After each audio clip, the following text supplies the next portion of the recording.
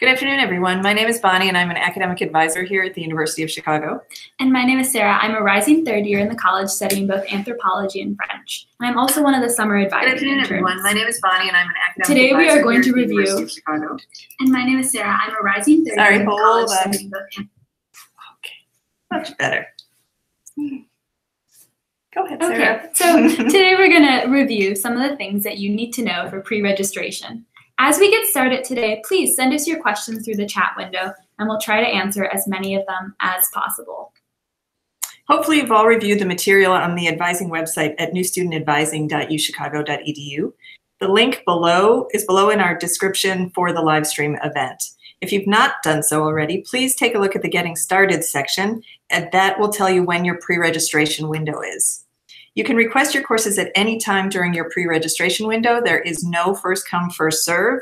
The time that you submit your request has no impact on your chances of getting into a class that you are interested in. Before you get started on pre-registration, you want to make sure that you've done a few things and have looked at a couple of different important resources. You should have completed the Ready to Register quiz and the registration planner. They're both due by 5 o'clock tomorrow. Once you've finished the registration planner, make sure you take a screenshot of your results, because this is going to be a great starting point for you when you sit down to pre-register. You'll also want to look at your placement test results. These are now available on your student portal at my.uchicago.edu. Most of the placements are up. Chemistry will be up shortly, so please just hang tight with that. It'll be up by tomorrow afternoon at the latest. Next, you'd want to look at the schedule of classes. This can be found through your student portal or at coursesearch.uchicago.edu. The course lists sections for every course, and in some cases, courses have multiple sections offered in a different quarter. This means different days and times and instructors for different courses. You'll want to try to pick course options that don't overlap so that you can have a full schedule. The system won't put you into classes that meet at the same time. Remember, every incoming student takes a humanities class, so be sure you have selected several sections of at least 3 different sequences. Because sections are small, not every student will get their first choice of classes, but there's really no ideal or perfect schedule, so please try not to worry about that. So I'm going to walk you through a little bit of how to do your pre-registration and what you should expect when you're doing your pre-registration. So you'll access your pre-registration page through your portal on myuchicago.edu. When you log in, you'll see first year registration as a button on your right-hand side. The pre-registration pages, while they do work on phones, we would encourage you to use a laptop if at all possible. This is because the screens that you need to use to navigate can be kind of small and difficult to read on some devices. When you begin pre-registration, you will be guided through a few questions about how many courses you want to take, whether you are considering a pre-health track, and what your major or majors might be. Next, you'll come to the course request process. On this screen, you will see 8 different categories or buckets. This will start with humanities, then math, physical sciences, soc, language, civ, bio, and then other. You will need to rank each of these categories in order of your preference. So for example, if getting into your language course is the highest preference for you, then you want to rank that bucket as number 1. If you're not planning on taking Civ your first year, then you can go ahead and select Skip rather than giving it a ranking. Once you've ranked all your categories, then you'll click Save and Sort at the top of the page. This will reorder the categories for you. You can change the order of your categories at any time during the pre-registration window. And if you change your mind about a category you skipped, you can just go back to that category and request a course. As a reminder, you cannot skip humanities since all first-year students are required to take a Hum course. After you've saved and sorted, it will be time for you to start selecting courses. You can search for courses by category. When you search for a course within a category, you'll see the available options for you. For example, in the humanities category, we strongly recommend that you request 3 sections each of 3 different sequences.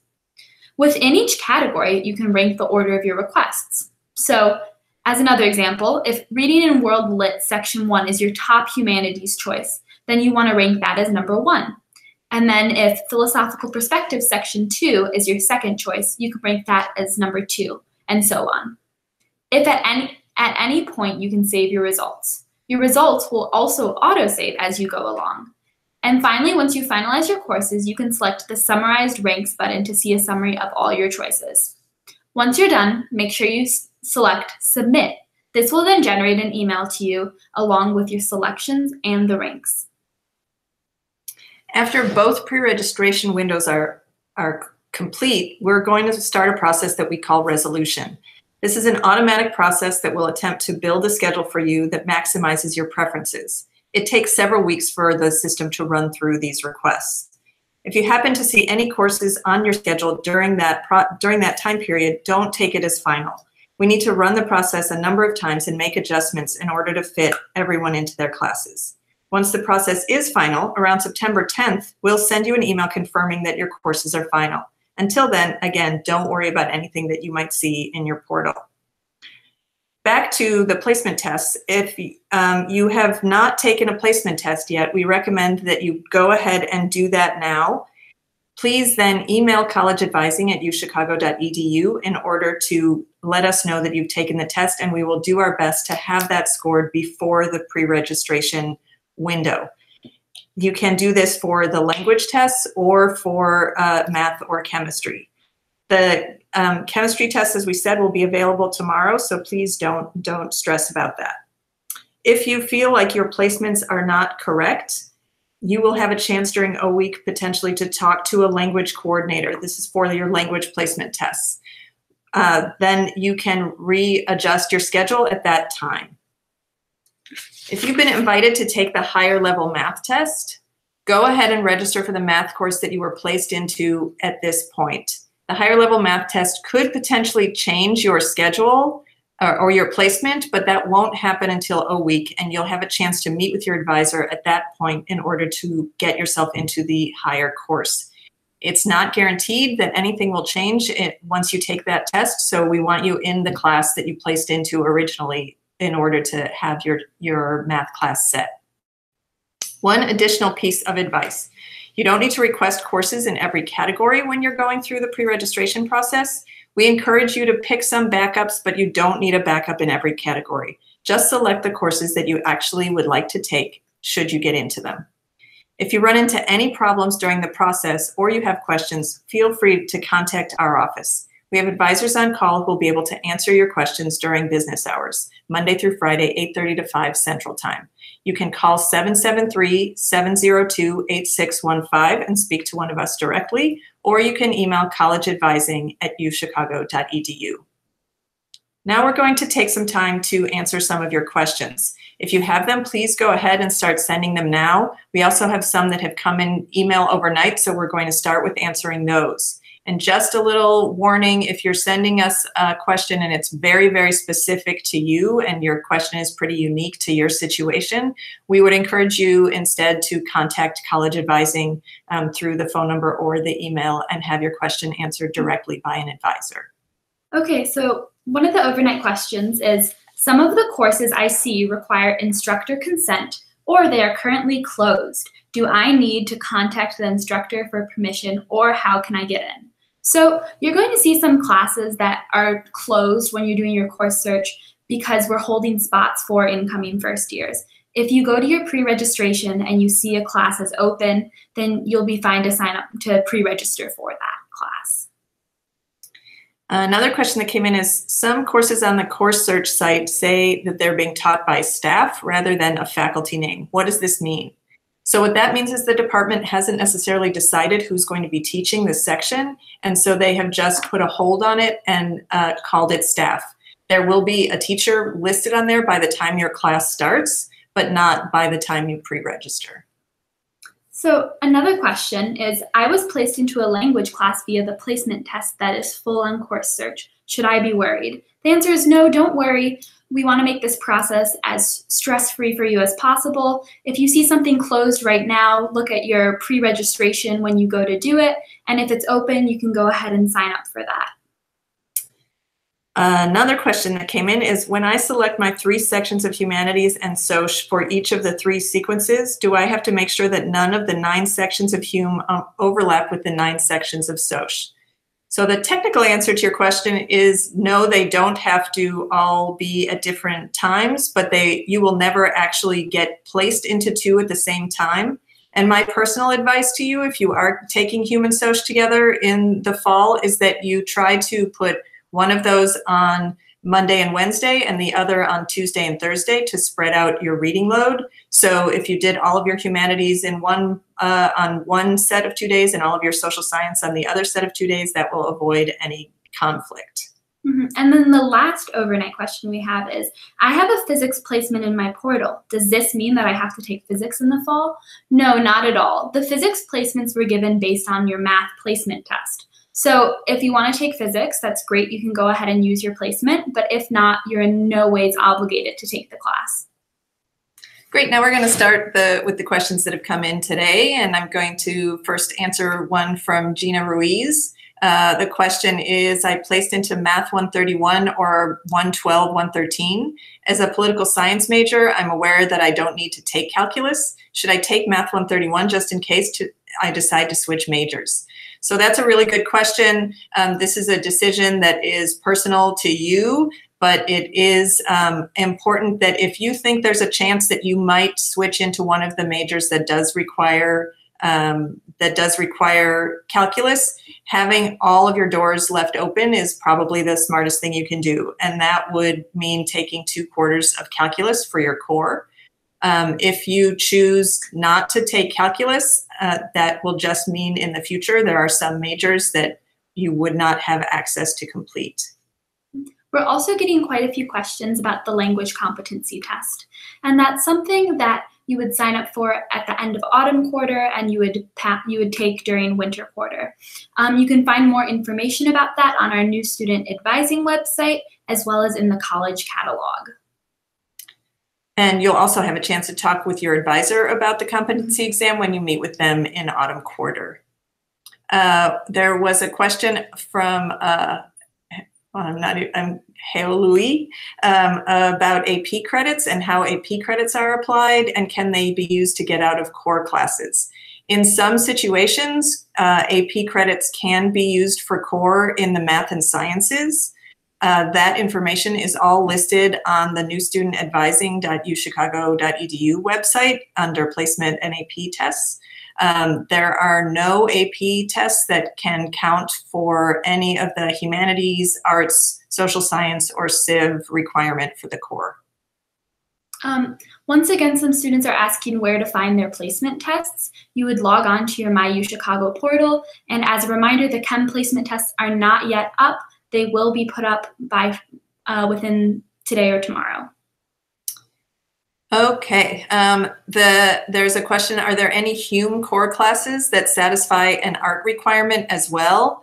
There is one sequence of humanities called Poetry and the Human that has a class in spring quarter that can be used to meet the arts requirement. However, they will never be able, you won't be able to use a class for both. You can't use it for humanities and for art. And that sequence is the one exception to the fact that humanities just go in humanities. Another question from Becky Skurlock is, can I request more than 3 sections of a class, i.e. a Hume sequence? You can request more than 3 sections of a class, and for the majority, we would encourage you to select as many as would fit in your schedule. This way, you're more likely to get the classes that you want to take. For Hume, we would urge you to, as we said, sign up for at least 3 Humes and 3 sections of each of those, just so that you, again, maximize your chances. There's a question from Ricky C. about completing pre-med requirements and the calculus requirement for pre-med. This is a little bit of a tricky question. The pre-med requirements for calculus are met with 2 quarters of calculus, 151 and 152, or 131 and 132, or 161 and 162. The 3rd quarter requirement for pre-med is for many people met through a biology math class instead of the calculus 153 or the 3rd quarter of calculus. That's something that down the road you'll be able to discuss with your advisor about how best to complete the year requirement for pre-med. The exception to that is if your major requires the third quarter of calculus, then you would obviously need to also take the third quarter of calculus. But pre-meds are not required in many cases to take that class. Mm-hmm.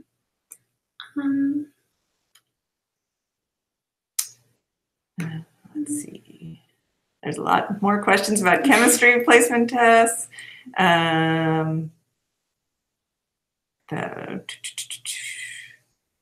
Here, that's a good one. So Paula Visa Gomez says, can I start a language at the intermediate level during the autumn quarter for a language that did not offer a placement test, i.e. Portuguese? So you can, but once you get on campus, you would have to talk to the language placement coordinator for that specific language and see about assessing your placement for that language.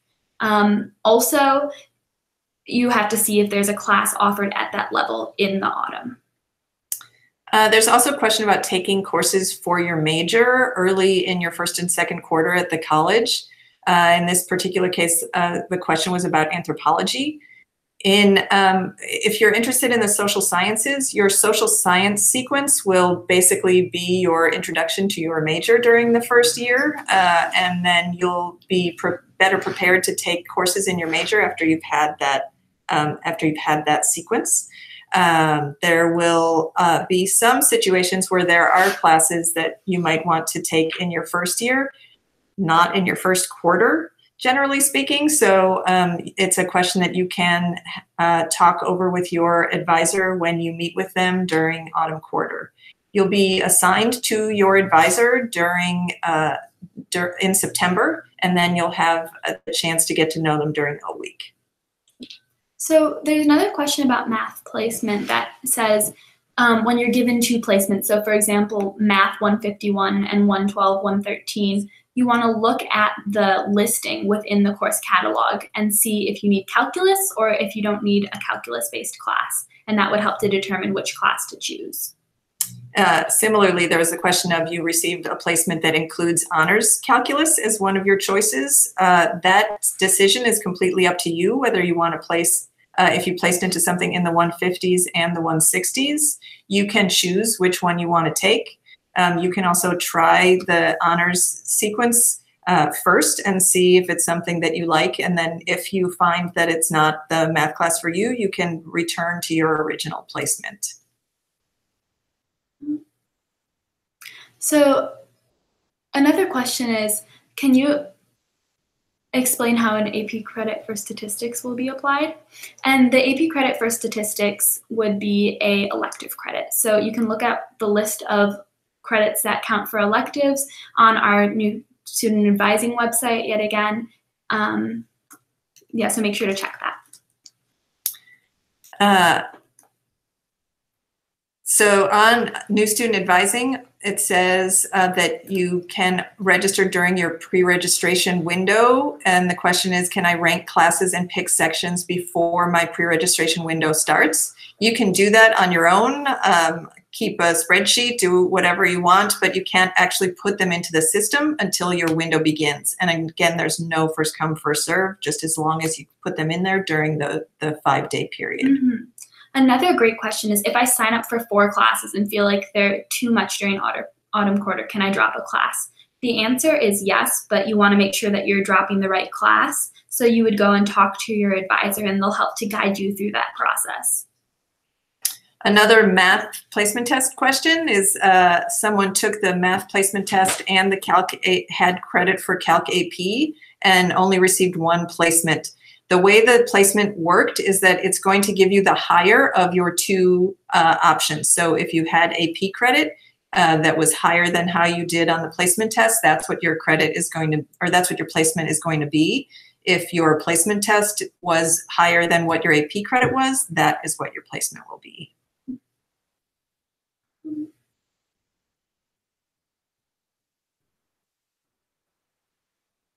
Sorry, we're looking through all these questions. These are some great questions, though, that we're getting.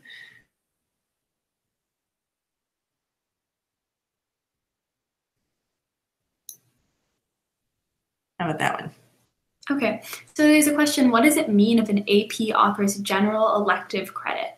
So general elective credit, it would go under the general elective section of your courses, and it doesn't count for a major, it doesn't count for your core, but it does give you credit. There's a question about how often first years end up in their first and second choices for SOC. That's really something that we don't keep statistics on, so I can't answer that specifically, but I will tell you that we do our best to try to get you into one of the sequences that you request. I highly recommend that you put 3 different sequences down so that we have as much flexibility with your schedule as possible. Mm-hmm. So another question is it recommended to use your AP credit to get out of science core requirements? And that really depends on your specific circumstance. If you plan on majoring in a science, or you maybe won't need to use that because you might require a higher level class than given by your AP credit. You can check your specific requirements online and also send us an email with those. There's a question about physics placement on the placement results. So a question about placing into Physics 131, and does that mean that you, if you have to take a physics class, that's the one that you would take? The answer to that question is yes. If you take physics, you should take the one that you placed into, although if you placed into the honors section, that is optional and up to you. Honors is always going to be optional. No one will ever force you to take an honors class. But that brings us to another point about the physics test, is that everyone is being given a physics placement based on their math placement test results. So you're going to see a physics placement even if you have no intention of taking physics whatsoever. So there is no need for you to take that class. It's not a requirement. It's just telling you if you do want to take physics, this is where you should start. Similarly, about honors classes, another student asks about taking 2 honors classes at the same time. And that's really something that you should consider yourself. Honors classes in college can be really different from honors classes in high school, and they do tend to be a significant amount of work. So if you really are enthusiastic about these classes and have a lot of experience with them, then maybe that's something you want to consider. If not, think about it and read the course descriptions. Another question is, how do I know which quarter my language is offered? That's something that you will, most languages are offered in the fall. So if you can see that language in the course search, then it's available to you now. If you placed into a quarter of the language that isn't being offered in the fall, you'll be able to check the schedule for each quarter in 7th week of the quarter prior. So we publish the classes that are going to be available the next quarter in 7th week, and you register in 8th week every quarter for the following quarter. So another question is, under math courses, it says tutorial and gives additional class times. What does this mean? So sometimes when you're looking at classes, you're going to see, if you click on the actual class description, there's more class times within that. Those can be for science's lab times that are also mandatory for the class, or in this case with math, it would be the 130s where you have your regular class time, but you also have tutorials, which are geared to help students with the class. Another question is it possible to pick up and swap classes when we get there in September? And in some cases, as we mentioned, if your placement changed or if you talk to a language coordinator and they want you to be in a different section of the class, you might be able to change sections at that point. All of the humanities and social science sections are going to be full and closed at the time of add drop when you arrive on campus. So those classes are not going to be something that you are going to be able to add and drop on your own. So another question is, if I'm not a bio major, when is the best time to take the biological sciences core requirement classes? And there's no best time to take that class. It's whenever it fits in your schedule and whenever you have the interest to do it. Keep in mind that you are doing if you are doing a bio core class, then you're also going to have to do a bio topic. Another question is, microeconomics normal for first quarter freshmen, or is it more typical to take SOC? Some students take both of those. Principles of Microeconomics is a 1-quarter class.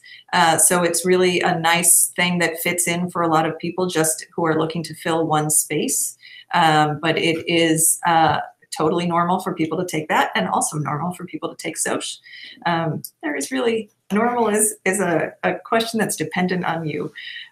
So you should think about either one of those classes. Mm-hmm. So another question, will my registration planner be used by the algorithm to put me into classes or just for my benefit? Your registration planner has no bearing whatsoever on what classes you can or cannot register for when you're doing pre-registration. We just meant it as a tool to help people think about what classes they wanted to take and what classes they should be taking. And also along that line, someone mentioned that they couldn't see Self, Culture, and Society on the registration planner. That is definitely still being offered. There are many sections of it. You can see it in the course search. If you are invited to a higher level math class, does that mean that you can opt to take it, or do you need to do additional testing? So when you get an invitation to a higher level class, that means that you can take it. You can pre-register for that class and take that class. But that also means that you're not obligated to take it. It is an invitation. There's a question about physics. Again, I placed into Physics 131. By taking this class, will I receive credit for the physics classes beneath Physics 131? There are no classes beneath Physics 131 that you would receive credit for. So that is the first class in the physics major.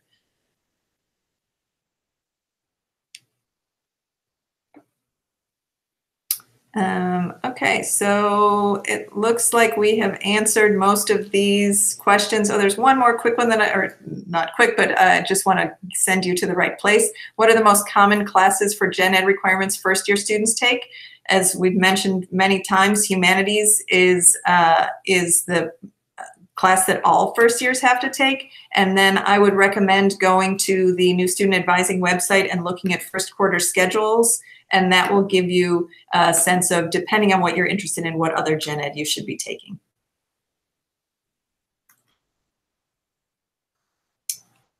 Should we answer this one? Sure. So our last question. The last question that came in is on the pre-registration planner for pre-health students. It says that first quarter biology is based on AP test score. What specifically is that requirement? So there's a section of biology called advanced biology that you would have gotten an invitation to if you had a 4 or a 5 on the AP, and that would allow you to start bio in the fall quarter rather than in the winter that most people who are bio majors or pre-meds will do. So you can read those course descriptions online. The advanced bio sequence is very research focused. If you're interested in research, it can be a good fit for you. If you are pre-health, you can take the regular bio track or the pre-health track for non-science majors. Okay, and just on this path, the last question, and then we're going to wrap it up. Do you need all 3 courses in the Advanced Bio Fundamentals sequence to get credit for 2 quarters of biological sciences? Yes. And once you finish all 3 quarters, you get 2 credits from your AP score, and that goes in your core. I think that answered all of the questions. Thank you for all the great questions. And if you have some more specific ones, again, feel free to either call us or email us, and we'll be happy to have someone answer those. Good luck, and we hope that the registration process goes well for you in the next couple weeks. Bye. Bye-bye.